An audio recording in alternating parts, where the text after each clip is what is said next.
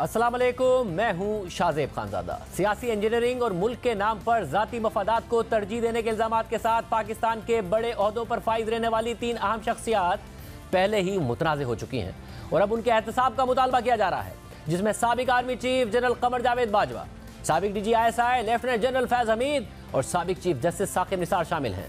इन 3 किरदारों में जनरल कमर जावेद बाजवा पहले ही तस्लीम कर चुके हैं कि उनके दौर में सियासी इंजीनियरिंग होती रही है और फौज अदालतों से लेकर पार्लिमानी मामलात तक में मुदाखलत करती रही है। और जनरल बाजवा ने इन तमाम कामों से मुताल्लिक साबिक DGI जनरल फैज़ हमीद का नाम लिया है और मीडिया में ये तफसीलात फराहम की कि जनरल फैज़ हमीद ने ही साकिब निसार के जरिए इमरान खान को सुप्रीम कोर्ट से रिलीफ दिलवाया है, जबकि जनरल फैज़ हमीद ने अपने मौक़िफ़ देते हुए वाज़ेह किया है कि फ़ौज में जो काम भी होता है वो आर्मी चीफ की मर्जी से होता है। और इसी दौरान खुद साबिक चीफ जस्टिस साकिब निसार ने एतराफ़ भी कर लिया है कि वो रिटायरमेंट के बाद भी जनरल कमर जावेद बाजवा, जनरल फैज़ हमीद और इमरान खान से राब्ते में रहे हैं।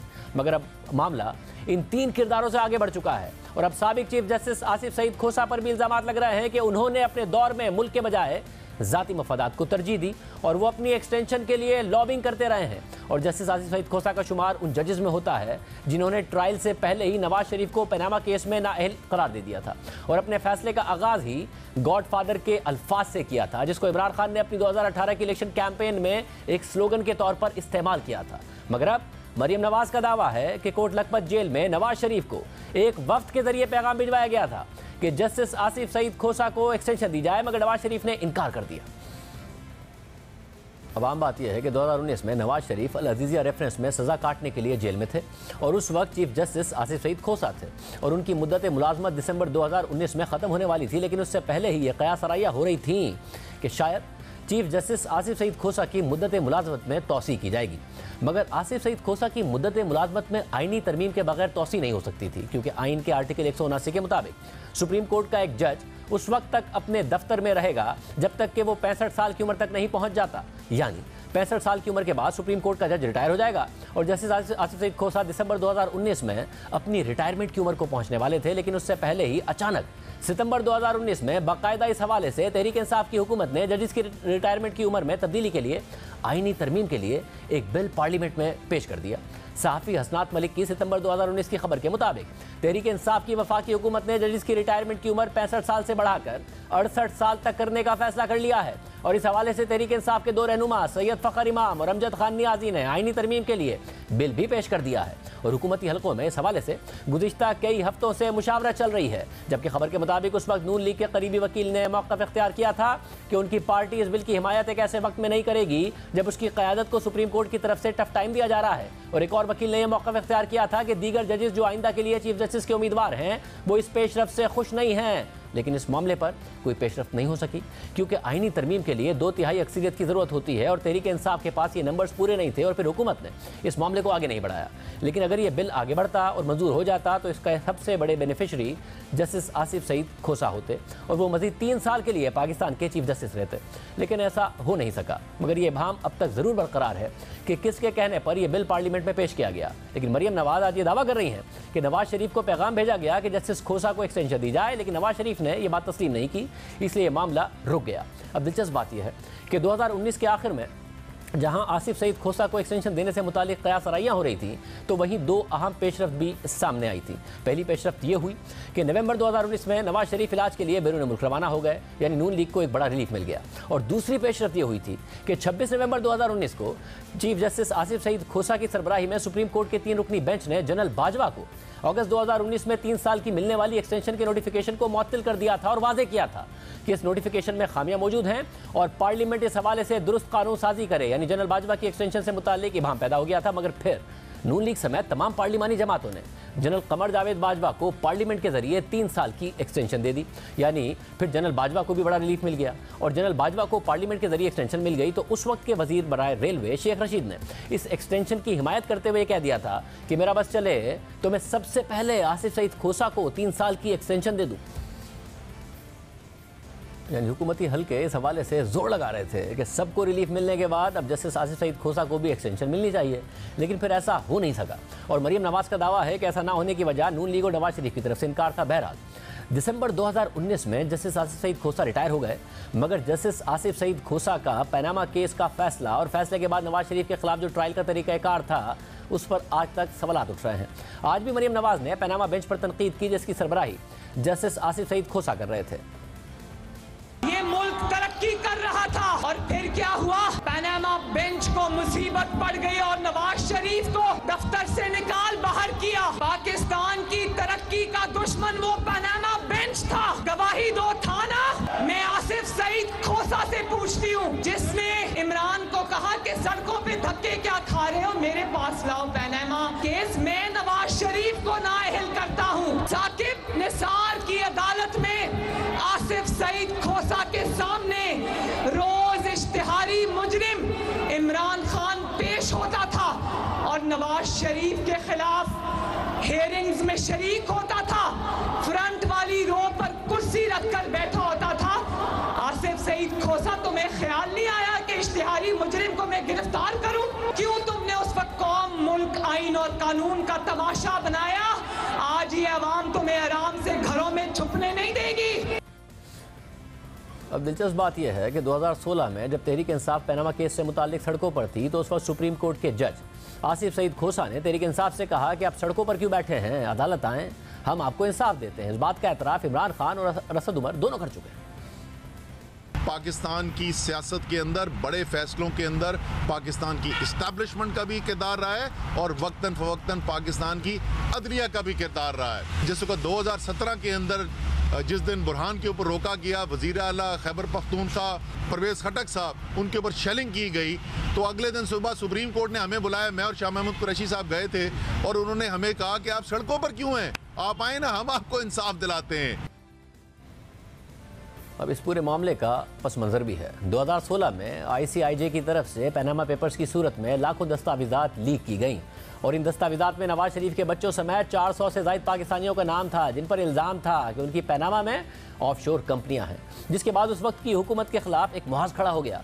तहरीक इंसाफ समेत दीगर अपोजिशन जमातें नून लीग के खिलाफ दबाव बढ़ाने लगीं और 24 अगस्त 2016 को जमात इस्लामी के अमीर सिराजुल हक ने पनामा पेपर्स से मुताल्लिक सुप्रीम कोर्ट में दरख्वास्त दायर की, मगर इस दरख्वास्त में नवाज शरीफ का बराह रास्त नाम नहीं लिया गया था और 4 दिन बाद ही अदालत ने जमात इस्लामी की दरख्वास्त को फजूल करार देकर वापस कर दिया। फिर 29 अगस्त 2016 को इमरान खान ने नवाज शरीफ, मरियम नवाज और हसन और हुसैन नवाज से मुताल्लिक सुप्रीम कोर्ट में दरख्वास्त दायर की और नवाज शरीफ की नाअहली का मुतालबा किया। इसी दौरान तहरीक इंसाफ सड़कों पर भी नून लीग की हुकूमत पर दबाव बढ़ाती रही और फिर 20 अक्टूबर 2016 को सुप्रीम कोर्ट ने नवाज शरीफ की नाअहली के खिलाफ दरख्वास्तें मंजूर करते हुए कार्रवाई का आगाज कर दिया और कार्रवाई का आगाज करने के लिए बाकायदा 28 अक्टूबर 2016 को सुप्रीम कोर्ट ने 5 रुकनी लार्जर बेंच बनाया, जिसकी सरबराही जस्टिस आसिफ सईद खोसा कर रहे थे।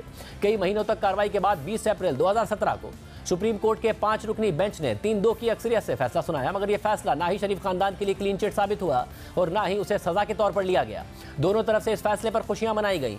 5 रुकनी बेंच में से जस्टिस आसिफ सईद खोसा और जस्टिस गुलजार अहमद का अक़लियती फैसला यह था कि नवाज शरीफ सादिक और अमीन नहीं रहे, इसलिए वो नाअहल होते हैं और उन्हें वज़ारत उज़्मा के ओहदे से हटाया जाए। जबकि जस्टिस एजाजुल हसन, जस्टिस एजाज अफजल और जस्टिस अजमत सईद के 3 रुकनी अक्सरियती बेंच ने इस मामले पर मजीद तहकीकात का फैसला किया और पाकिस्तान की तारीख में पहली दफ़ा एक ऐसी JIT बनाने का हुक्म दिया गया जिसमें ISI, MI, FIA, NAB, ACCP और स्टेट बैंक के अफसरान शामिल करने की हिदायत दी गई। हुक्म दिया गया कि JIT तहकीकात करेगी कि क्या शरीफ खानदान के असासे उनकी आमदनी से ज़ायद हैं या नहीं और JIT को अपनी रिपोर्ट जमा कराने के लिए 60 दिन का वक्त दिया गया। इस तरह 20 अप्रैल के फैसले से नवाज शरीफ वज़ीर आज़म तो बरकरार रहे, मगर उनके खानदान को मजीद तहकीकात का सामना करना पड़ा और दिलचस्प बात यह है कि JIT बनने से पहले एक तनाज़ा उठ खड़ा हुआ। अदालती हुक्म के बाद 6 रियासती इदारों ने 27 अप्रैल 2017 से पहले सुप्रीम कोर्ट के हुक्म के मुताबिक JIT के लिए मुख्तलिफ नाम अदालत को भेजे। 27 अप्रैल ही को स्टेट बैंक और ACCP को सुप्रीम कोर्ट की तरफ से मजीद नाम भेजने का हुक्म मिला।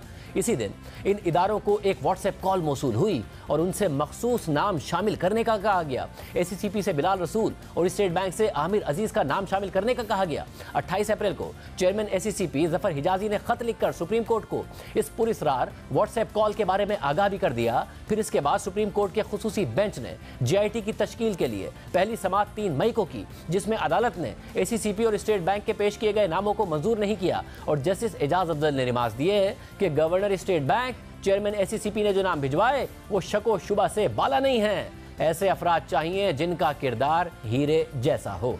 और आइंदा समात में स्टेट बैंक और ACCP से 18 ग्रेड और उससे ऊपर के तमाम अफसरान के नामों की फहरिस्त तलब की गई और 5 मई की समात में सुप्रीम कोर्ट ने JIT के नामों का इंतखाब कर लिया, जिसमें ACCP से उन्हीं बिलाल रसूल और स्टेट बैंक से उन्हीं आमिर अजीज का इंतखाब किया गया जिनका व्हाट्सएप कॉल में इन इदारों के सरबराहों से मुतालबा किया गया था।